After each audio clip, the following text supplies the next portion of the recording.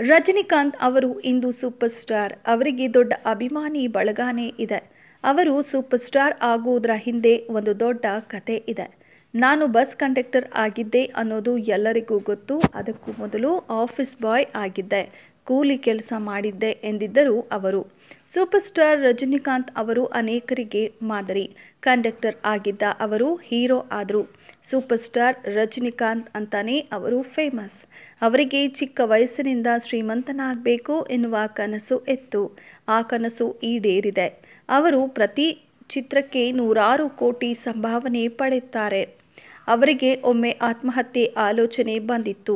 ಒಂದು ಫೋಟೋ ಹಾಗೂ ಕನಸು ಅವರನ್ನು ಬದಲಿಸಿತ್ತು. ನಿಮ್ಮಲ್ಲಿ ಮಾತನಾಡುವ ಕಲೆ ಇರಬೇಕು. ಅದು ಇದ್ದರೆ ನಿಮ್ಮನ್ನು ಜನರು ರಾಜಕಾರಣಿಗಳನ್ನಾಗಿ ಮಾಡ್ತಾರೆ.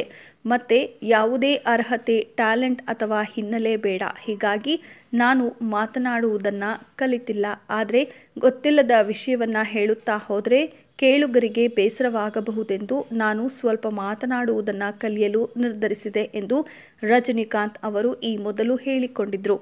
ನಾನು ಬಸ್ ಕಂಡಕ್ಟರ್ ಆಗಿದ್ದೆ ಅನ್ನೋದು ಎಲ್ಲರಿಗೂ ಗೊತ್ತು.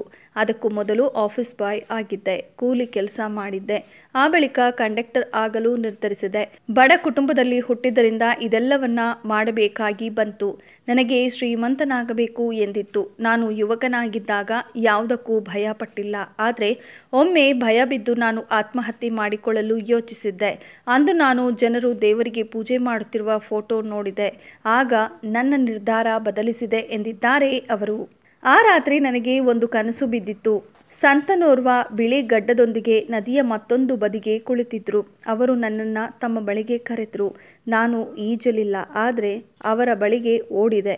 ಮರುದಿನ ಆ ದೇವಮಾನವ ಯಾರು ಎಂದು ನಾನು ಕೇಳಿದಾಗ ಅದು ಶ್ರೀ ರಾಘವೇಂದ್ರ ಸ್ವಾಮಿ ಎಂದು ನನಗೆ ಎಲ್ಲರೂ ಹೇಳಿದರು. ನಾನು ಮಠದ ಬಳಿ ಹೋಗಿ ಶ್ರೀಮಂತನಾಗಬೇಕು ಎಂದು ಬೇಡಿಕೊಂಡೆ. ಪ್ರತಿ ಗುರುವಾರ ಉಪವಾಸವನ್ನು ಪ್ರಾರಂಭಿಸಿದೆ.